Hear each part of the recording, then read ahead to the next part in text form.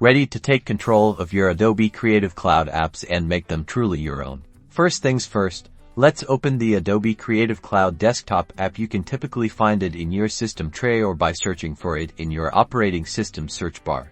Once the app is open, navigate to the Apps tab. This is your central hub for all things app-related. You will see installed apps on the top. In the Installed section, you'll find all the Creative Cloud apps currently installed on your computer. Each installed app will have an open button to launch it directly. Important to note, it will also display an update button if a new version is available.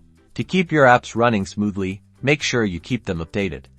In the Updates Available section, you can see a list of apps that have updates waiting. You can update specific apps by clicking the Update button next to each app, or update all of them at once by clicking the Update All button.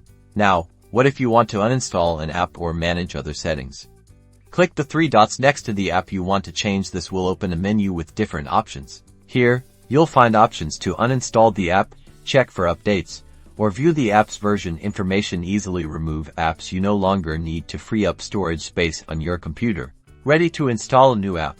Head over to the All Apps section here. You'll find a comprehensive list of all available Creative Cloud apps. To install an app, simply click the Try or Install button next to the app. Adobe Creative Cloud will handle the installation process automatically. And that's it.